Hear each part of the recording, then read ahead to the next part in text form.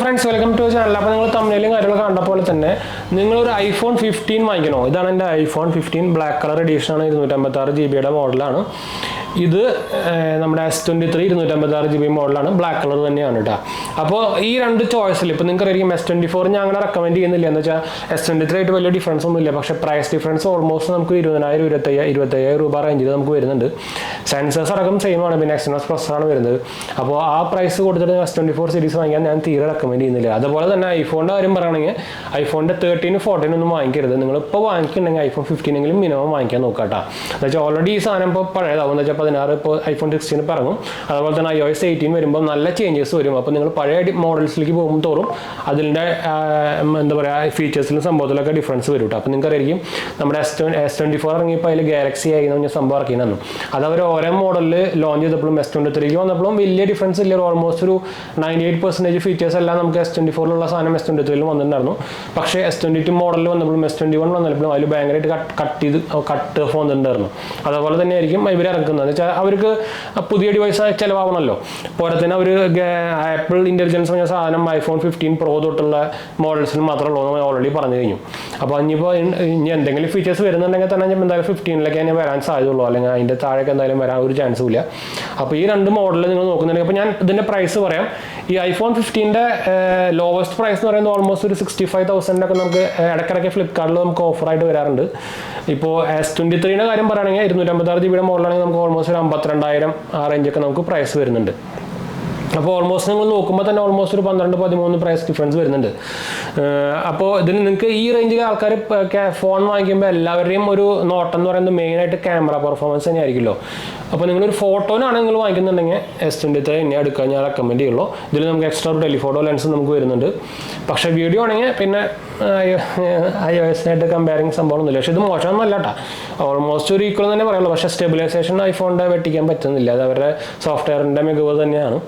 അതുകൊണ്ട് നമുക്ക് ഐഫോണിനെ പറയാം. പക്ഷേ പിക്ചറിൻ്റെ കാര്യത്തിൽ വരുമ്പോൾ നമുക്ക് S23 നല്ലതെന്ന് പറയാൻ പറ്റുള്ളൂ. പറയുമ്പോൾ നമ്മുടെ ഐഫോൺ 15 നമുക്ക് സെൻസർ ചേഞ്ച് വന്നിട്ടുണ്ട്. ഇതിൽ 14 MP സെൻസർ വന്നിട്ടുണ്ട്. പോരാത്തന്നെ നമുക്ക് സെൽഫിയിലായാലും നമുക്ക് നല്ല ഡിഫറൻസ് വരുന്നുണ്ട്. ഞാൻ 13 എൻ്റെ മുമ്പത്തെ ഐഫോൺ 13 ആയിരുന്നു. എനിക്കതിൽ ആഫ്റ്റർ അപ്ഡേറ്റ് നമുക്ക് ഡിസ്പ്ലേ പണി കിട്ടിയിട്ടാണ് ഞാനിത് ആക്ച്വലി അപ്ഡേറ്റ് ചെയ്യാൻ തന്നെ മെയിൻ കാരണം. അത് 1.5 കൊല്ലം ആയിരുന്നു എന്നുള്ളത്. അത് ഔട്ട് ഓഫ് വാറണ്ടി ആയിരുന്നു. പക്ഷേ ഡിസ്പ്ലേ വൈറ്റ് സ്ക്രീനായി. അപ്പോൾ അതിന് ശേഷമാണ് ഞാൻ അത് മാറ്റിയത്. പക്ഷേ അതിൽ നമുക്ക് 13 14 സിമിലർ ആണ്, ഒരു ഡിഫറൻസും ഇല്ല.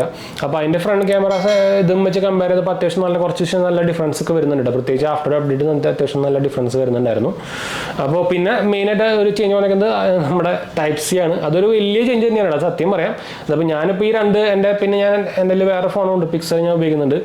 അപ്പോൾ ഈ രണ്ടെണ്ണം എൻ്റെ മെയിൻ പ്രൈമറി സെക്കൻഡറി ആയിട്ട് ഉപയോഗിക്കുന്നത്. എന്ന് വെച്ചാൽ ഒരെണ്ണം എൻ്റെ മെയിൻ വർക്ക് ഫോണാണ്, ഒരെണ്ണം നമ്മുടെ ബിസിനസ് പരമായിട്ടും അതുപോലെ തന്നെ ഇപ്പോൾ എന്താ പറയുക പാർട്ട് ടൈം ജോബുകളുടെയും അങ്ങനത്തെ എല്ലാ ഡീറ്റെയിൽസും ഇമെയിൽസും സംഭവമൊക്കെ വരുന്നത് സെക്കൻഡറി ഫോണിലാണ്. പിന്നെ ഈ ഫോൺ നമുക്ക് അത്യാവശ്യം നമ്മുടെ യൂട്യൂബ് പരമായ സംഭവങ്ങളൊക്കെ ആയിട്ട് ഇതിൽ വരുന്നുണ്ട്. അപ്പോൾ അങ്ങനെ നമ്മൾ ഉപയോഗിക്കുന്നത്. അപ്പോൾ ഇത് രണ്ടെണ്ണം ഞാൻ അങ്ങനെ മാറ്റാറില്ല. ഈ ബാക്കിയുള്ളതാണ് നമ്മൾ അങ്ങനെ ഇടയ്ക്കിടയ്ക്ക് മാറ്റാറ്. ഞാൻ അപ്പോൾ കുറച്ച് ദിവസം മുമ്പ് നമ്മുടെ OnePlus 11R വീഡിയോ നമ്മൾ ചെയ്തിട്ടുണ്ടായിരുന്നു. അപ്പോൾ നിങ്ങളൊരു ഈ രണ്ടെണ്ണത്തിൻ്റെയും റേഞ്ചിൽ നിങ്ങൾ നോക്കുന്നുണ്ടെങ്കിൽ നിങ്ങൾക്കിപ്പോൾ ഒരു iOS വേണ്ടാന്നാണ്, അല്ലെങ്കിൽ iOS ആയിട്ട് പ്രിഫറൻസ് ഒന്നും ഇല്ല, നിങ്ങൾക്ക് ഏതെങ്കിലും ഒരു നല്ലൊരു ഫോൺ ആ റേഞ്ചിൽ കിട്ടിയാൽ മതി, 50,000 60,000 കിട്ടിയാൽ മതി എന്ന് വെച്ചാൽ ഞാൻ പറയാം കണ്ണും പൊട്ടി സാംസങ്ങിൻ്റെ S23 സീരീസ് എടുത്താൽ മതി. S23 Plus എന്തായാലും നിങ്ങൾക്ക് ഇപ്പോൾ കിട്ടില്ല. എന്ന് വെച്ചാൽ അത് പ്രൊഡക്ഷൻ നിർത്തി.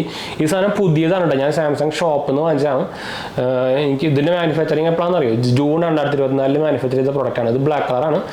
ഇതിൻ്റെ 3-4 കളറിൽ ഇപ്പോൾ അവൈലബിൾ ആണ്. ബ്ലാക്ക്, വൈറ്റ്, അതുപോലെ തന്നെ പിന്നെന്താ ഗ്രീൻ, പിന്നെ ഒരു ലാവൻഡറും ഉണ്ട്.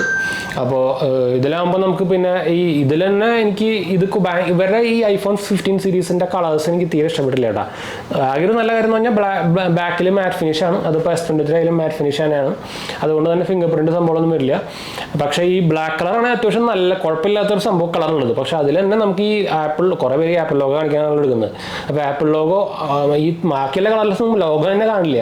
പ്ലെയിൻ എന്തോ കളർ ഒട്ടിച്ച പോലെയാണ് ശരിക്കും അതിൻ്റെ കളേഴ്സൊക്കെ. ഭയങ്കര കൂറ കളേഴ്സാണ്. പിന്നെയും ഭേദം ഇതാണ്.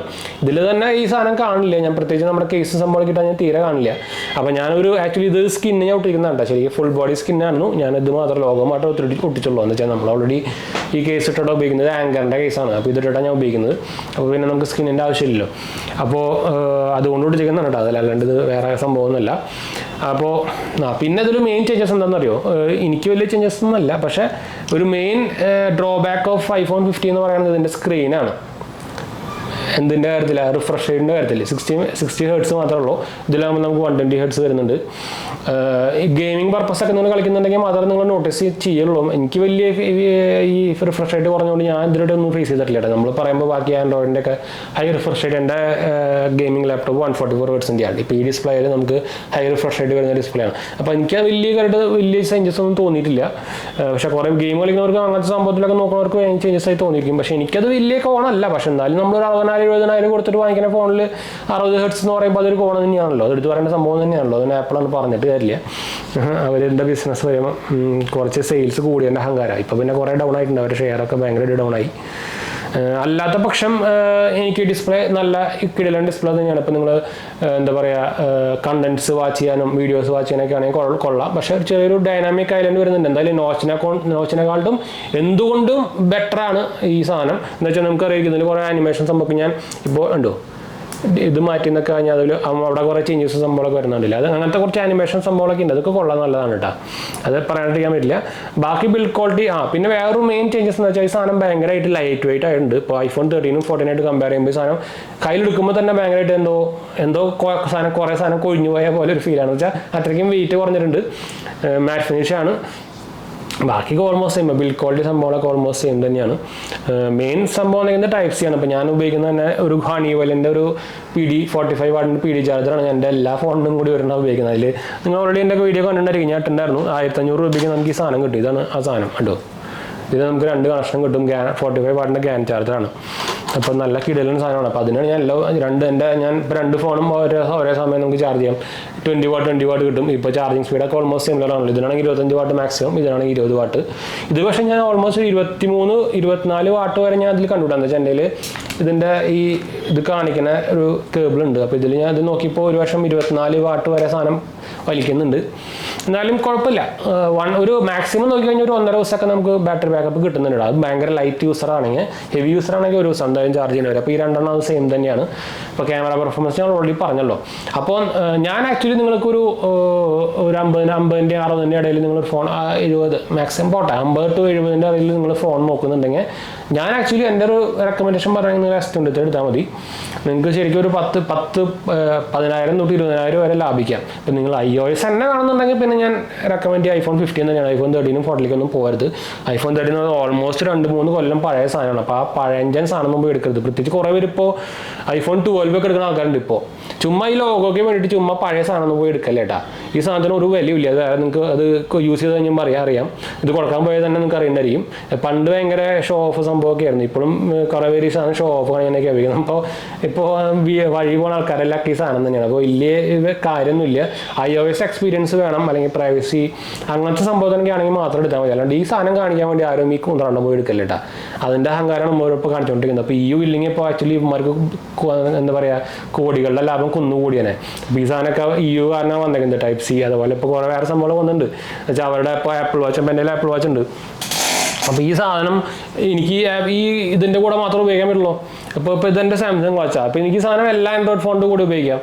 അപ്പോൾ അങ്ങനെ ആക്കണം എന്നൊക്കെ പറഞ്ഞപ്പോൾ നമ്മുടെ യൂറോപ്യൻ യൂണിയൻ ഇപ്പോൾ ആപ്പിളിന് പിന്നെയും പണി കൊടുത്തിട്ടുണ്ട്. അപ്പോൾ ശരിക്കും അതൊക്കെ വേണം. എന്ന് വെച്ചാൽ അല്ലെങ്കിൽ തന്നെ ഇവർക്ക് എന്തോ ഒരു മോണോപോളി പോലെ, ഇവരെന്തോ വലിയ സംഭവം ഉണ്ടാക്കുന്ന ആൾക്കാർ പോലെയാണ്. സംഭവം നല്ലതാണ്, പക്ഷേ ഇങ്ങനെ ചൂഷണം ചെയ്യാൻ പാടില്ലല്ലോ.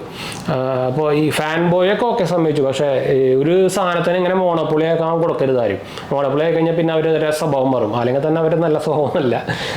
ഓൾമോസ്റ്റ് ഇപ്പം എന്താ വെച്ചാൽ ഒരു 60,000-70,000 ഇപ്പം റിയൽ പ്രൈസ് എന്ന് പറയുന്നത് ഓൾമോസ്റ്റ് 79,000 സാധനം ലോഞ്ച് ആയിരുന്നുണ്ട്. 70,000 രൂപയ്ക്കോ.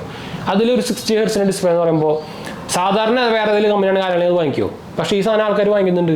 അതാണ് അവരുടെ മോണോപ്പൊളി എന്നൊക്കെ ഞാൻ പറയാനുള്ള കാരണം. അപ്പോൾ നിങ്ങൾക്ക് ഒരു ബഡ്ജറ്റ് കൺസേൺ ഒക്കെ ഉണ്ടെങ്കിൽ നിങ്ങൾക്ക് എന്തായാലും പിന്നെ ആൻഡ്രോയിഡ് വേണമെന്നുണ്ടെങ്കിൽ ഈ സാധനത്തിലേക്ക് പോയാൽ മതി. കിടിലൻ ഫോണാണ്, ഒരു രക്ഷയില്ലാത്ത ഫോണാണ് കേട്ടോ. നമുക്കിതിൽ സാംസങ്ങിൻ്റെ നോക്സ് സെക്യൂരിറ്റി വരുന്നുണ്ട്, എല്ലാ മാസവും നമുക്ക് അപ്ഡേറ്റ് വരുന്നുണ്ട്, ഗാലക്സി ഐ ഫീച്ചേഴ്സ് വരുന്നുണ്ട്, ക്യാമറ പെർഫോമൻസ് കിടിലനാണ്, ബാറ്ററി ബാക്കപ്പ് ഓൾമോസ്റ്റ് സിമിലർ ആണ്. വേറെ എടുത്ത് പറയാനുള്ള സംഭവങ്ങളൊന്നുമില്ല. വിക്ടസ് 2ൻ്റെ പ്രൊട്ടക്ഷൻ രണ്ട് സൈഡിലും വരുന്നുണ്ട്. പക്ഷേ രണ്ട് സാധനം IP68 ആണ്. എന്തായാലും ഞാൻ രണ്ടെണ്ണം കേസ് ഇട്ട് ഉപയോഗിക്കാൻ തന്നെ പറയുള്ളൂ. ഇതിൽ ഞാൻ ടെമ്പർ ഗ്ലാസ് ഒട്ടിച്ചിട്ടുണ്ട്, ഇതിൽ ഞാൻ ഒട്ടിക്കാൻ പോകണല്ലോ കേട്ടോ. അപ്പോൾ ഇത് സെക്കൻഡ് ആയതുകൊണ്ട് ഞാൻ അങ്ങനെ പുറത്തേക്ക് എടുക്കാറില്ല, അതുകൊണ്ടാണ് ഞാൻ ഒട്ടിക്കാത്തത്. ശരിക്കും ഞാൻ നിങ്ങൾ പുറത്തേക്ക് പോകുന്നത് ഒട്ടിക്കുക, ടെമ്പർ ഗ്ലാസ് ഒട്ടിക്കട്ടെ. അപ്പോൾ ഇതാണ് നമ്മുടെ വീഡിയോ. എന്താ വെച്ചാൽ കുറേ പേർക്ക് ഇപ്പോൾ സംശയമുള്ള സംഭവമാണ് iPhone 15 എടുക്കണോ S23 എടുക്കണോ.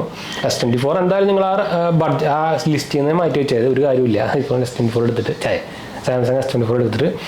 അപ്പോൾ ഇതാണ് നമ്മുടെ ഒരു ചെറിയ വീഡിയോ, ഒരു ചെറിയ ഓവർവ്യൂ എന്നൊക്കെ വേണമെങ്കിൽ പറയാം. നമ്മളിതിൽ ക്യാമറ സാമ്പിൾ സംഭവമൊന്നും സംഭവം ചെയ്യുന്നില്ല എന്ന് വെച്ചാൽ ഓൾറെഡി അല്ല കുറേ പേര് ഇട്ടിട്ടുള്ളതാണ്. അപ്പോൾ ഇത് S24 S23 iPhone 15 ആയിട്ട് കൺഫ്യൂഷൻ ഉള്ളവർക്ക് എന്തെങ്കിലും ഒരു സംഭവം കിട്ടിയെന്ന് വിചാരിക്കുന്നു. അപ്പോൾ എന്തെങ്കിലും സംശയം കാര്യങ്ങളൊക്കെ ഉണ്ടെങ്കിൽ നിങ്ങൾ കമൻറ്റ് ചെയ്താൽ മതി. നമ്മളെല്ലാ കമൻറ്റ് റിപ്ലൈ ചെയ്യുന്നതാണ്. നമ്മുടെ 2 ചാനൽ കാണാത്ത പോയി കണ്ടുപോകുക, സബ്സ്ക്രൈബ് ചെയ്യുക, സപ്പോർട്ട് ചെയ്യട്ടാ. അതുപോലെ തന്നെ നമ്മുടെ പുതിയ ചാനൽ JHH വേൾഡ് കാണാത്ത പോയി കണ്ടുപോകുക. നമ്മളിതിൽ ന്യൂസുകളാണ് ചെയ്യുന്നത്, ടെക്നിക്കലി ഫൈനാൻഷ്യലി അങ്ങനത്തെ ഇമ്പോർട്ടൻറ്റ് സംഭവങ്ങളാണ്. നിങ്ങൾക്ക് ഹെൽപ്ഫുൾ ആയിരിക്കും. സബ്സ്ക്രൈബ് ചെയ്യുക, സപ്പോർട്ട് ചെയ്യുക, ഫ്രണ്ട്സിലേക്ക് നമുക്കൊന്ന് ഷെയർ ചെയ്യാം. നമ്മുടെ ടെലിഗ്രാം ചാനൽ ലിങ്ക് ഫോളോ ചെയ്യാൻ മറക്കണം. നമ്മളതിൽ ഫൈനാൻഷ്യൽ ലിങ്കുകളും സംഭവമൊക്കെയാണ്, അപ്ലൈ ചെയ്യാനുള്ള ലിങ്കുകളും സംഭവമൊക്കെ ഇടുന്നുണ്ട്. ഇൻസ്റ്റാഗ്രാം പേജിൽ നമ്മൾ അവൈലബിൾ ആണ്, പേജ് ഫോളോ ചെയ്ത് നിങ്ങൾക്ക് അതിലും വേണമെങ്കിൽ മെസ്സേജ് ചെയ്യാം. അപ്പോൾ അടുത്ത് കാണാം. ബൈ. നമ്മുടെ വെബ്സൈറ്റ് jmd.banksupport.in സന്ദർശിച്ച് കഴിഞ്ഞാൽ നിങ്ങൾക്ക് അതിൽ ഈസി ആയിട്ട് തന്നെ ക്രെഡിറ്റ് കാർഡ്സും ബാങ്ക് ലോൺസൊക്കെ അപ്ലൈ ചെയ്യാം. നമ്മുടെ റെഫറൽ ലിങ്ക് ആണ് നിങ്ങൾക്ക് ഈസി ആയിട്ട് കിട്ടും. നോർമൽ ഡയറക്റ്റ് അപ്ലൈ ചെയ്യാനായിട്ടും വിത്തൗട്ട് ഇൻകം പ്രൂഫ് തന്നെ കിട്ടാനുള്ള ചാൻസ് കൂടുതലാണ് കേട്ടോ. അടുത്ത് കാണാം.